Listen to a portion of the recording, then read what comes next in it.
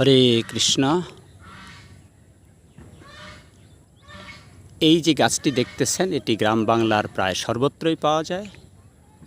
এটিকে আকন্দ গাছ বলে জানা যায়।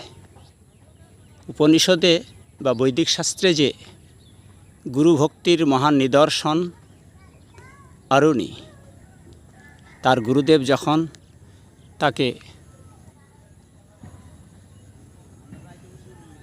না খেয়ে গাভীর দুগ্ধ পান না করেই তাকে থাকতে বললেন, তখন তিনি নিরুপায় হয়ে এই আকন্দ গাছের পাতা খেয়েছিলেন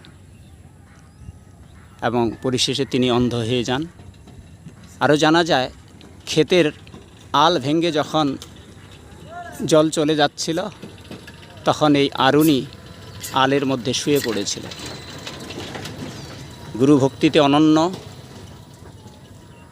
আরুণীর জীবনের এই আকন্দ গাছের পাতা জীবন নির্বাহের একটি উপায় ছিল। অতএব গুরুভক্তিতে যারা একনিষ্ঠ, তারা যে কোনো উপায় অবলম্বন করে ভগবানের সেবা করবার জন্য বা গুরুভক্তি আপ্লুত থাকার জন্য তারা